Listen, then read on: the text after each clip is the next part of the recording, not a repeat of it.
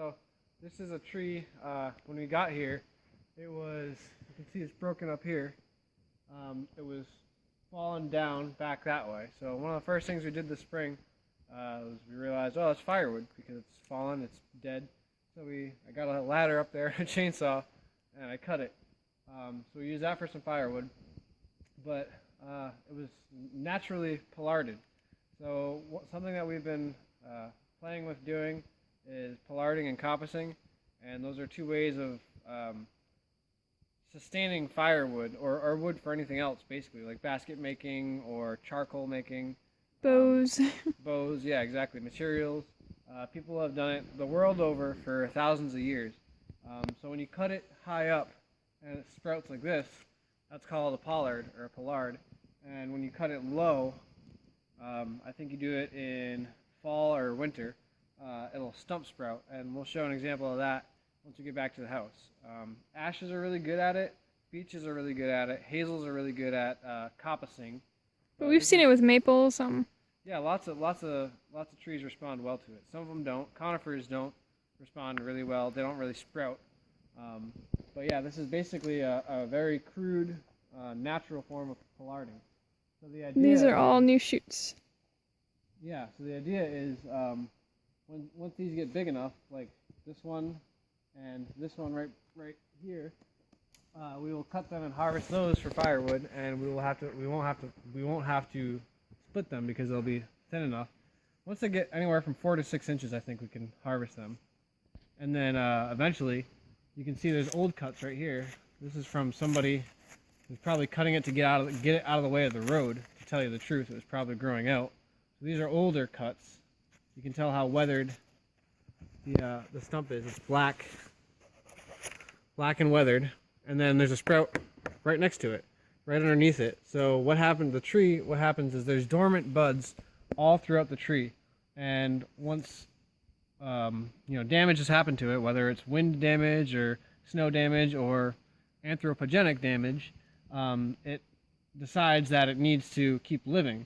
So the dormant buds will then sprout, and the tree will decide where it needs to sprout. But you can influence that to a degree, and that's what people do when you're pruning a fruit tree, for example.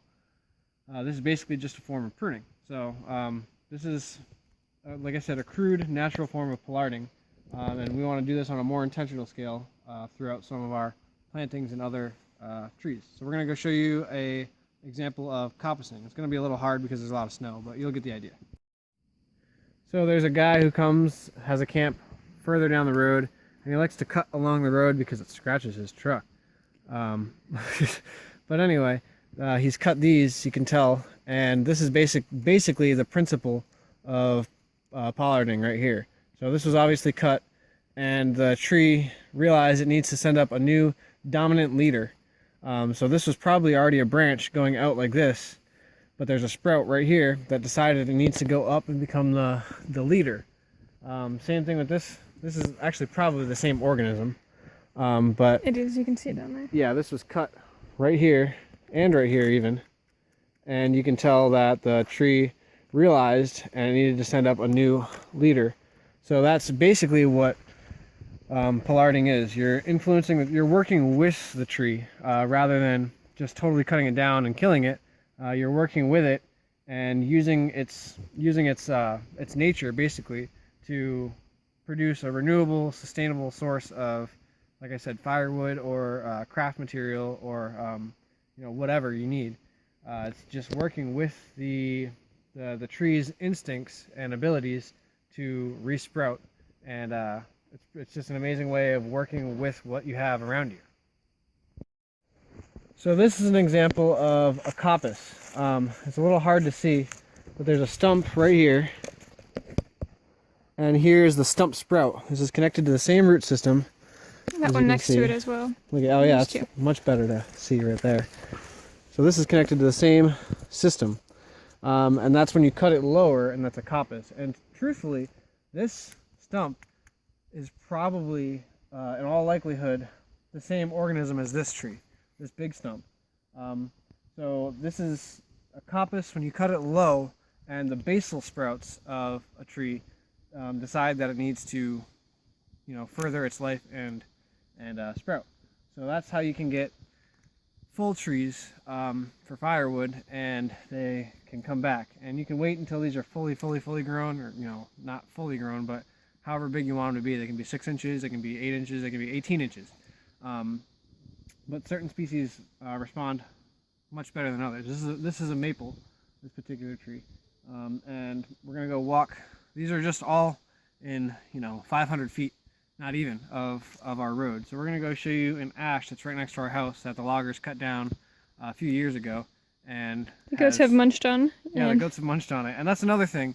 Traditionally, the people of Europe have, most notably Spain, and maybe some areas in the French Alps, they have raised sheep, and they've fed sheep on pollarded ash fodder. So ash and elm are both very nutritious for animals, and that was a way of feeding them throughout the winter, because they didn't have big hay machines and balers, so all the hay had to be scythed by hand. So a supplement was ash leaves and ash fodder, which is a little bit easier to bundle and collect than hay was. So we're gonna go check out that little ash and show you guys another coppice.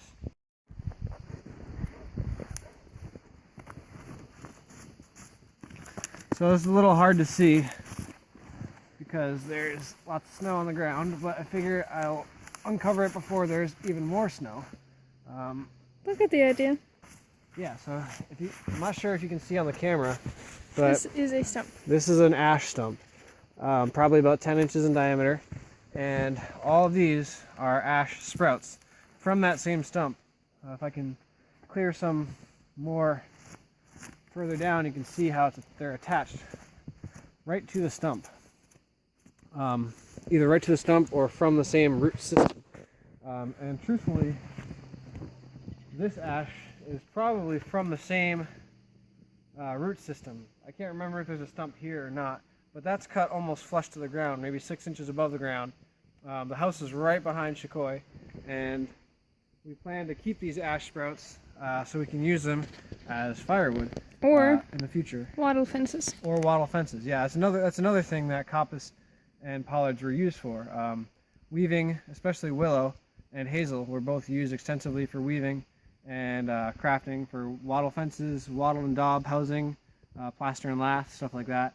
So yeah, these are like I said, this is a form of coppicing, and ashes are really good at this. We have lots of ashes on the property that we've noticed, a thicket of stump sprouts, and these are what we want to keep, because instead of just taking all of our trees down for firewood, we'd like to promote this method of firewood harvesting. It's easier for us. We don't have to have machinery to fell a tree, like a chainsaw. We don't need to have a tractor to skid a tree.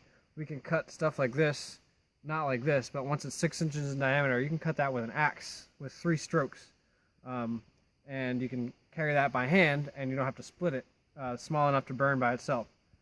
Also, something that naturalists and foresters have noted, in particular Thoreau, Henry David Thoreau, back in the 1800s, he noted it when he was digging around sprouts in the forest, that about 85% of sprouts in a wooded forest, in a leafy forest, a broadleaf forest, are stump sprouts or root sprouts, and not seedlings. And natives have burned areas for a long time to promote certain species, like beneficial species like oaks and hickories, things that will produce food. And in order to take out all the other trees, they've had to burn them, burn the woodlands. And this is how trees often respond too, with stump sprouts and regeneration, really. This is regenerative agroforestry, yeah, and reciprocal. Traditional regenerative agroforestry, things that have been done for a very long time. This Before any new. terms were coined. Yeah, this is nothing new. This is how... Personally, as human beings, should be interacting with their environment and their ecosystems. Right, this is how human beings, indigenous cultures around the world, have learned to work with their environment, because their environment was inextricably part of their culture and their life, their everyday life. It's part of our life. We're all indigenous, and we need to remember that. Absolutely. Whether we're from here, this particular land or not, we wore shells and feathers, and we need to reconnect to our roots. Absolutely. And this is part of no pun intended, reconnecting to our roots through promoting root sprouting and stump sprouting. So this is just a little, through recent readings, this is our little lesson, kind of to ourselves too, of sort of traditional regenerative agroforestry. We also want to share that some people might not find this interesting, but we feel that this knowledge should be spread. So I'm hoping that one person out there will connect with it and, go into their woods and see it and start to practice humane cycles. Right, and so another thing that we're going to be practicing this spring is we're going to be planting a lot of black locusts. Some people consider that to be an invasive species, but it's actually super beneficial to us because it's incredibly rot resistant, so you can use it for building materials or fence posts. It burns super hot for firewood. It's one of the highest BTU producing woods that we can find here in the Northeast. And it's super hardwood, and also underlining things is it's nitrogen fixing. Its flowers are edible. Right. Its leaves are edible by by goats. And it root sprouts through suckers and root sprouts prolifically. So that's why it's gotten a really bad rap, because environmentalists say it's invasive. It'll take over your whole forest or whatever. But people aren't handling it properly. Exactly. It was actually very common in America because settlers and natives have promoted the spread of it because it's very useful on many different levels. So it was valued for its stump sprouting and root sprouting abilities.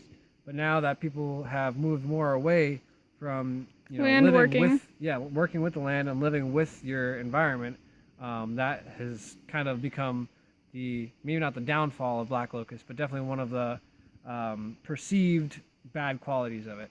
But that's something that we want to promote. So you'll keep tuned for that in the spring, and you'll see us extensively planting groves of black locust. Along with many other things. Right, maybe trying to form some hedges of black locusts, so that way when they get to be, the size of a telephone pole, we can cut those down, use those for firewood, and then promote the coppicing of them. So stay tuned for that this spring. And I hope you enjoyed our little Coppice Pollard talk.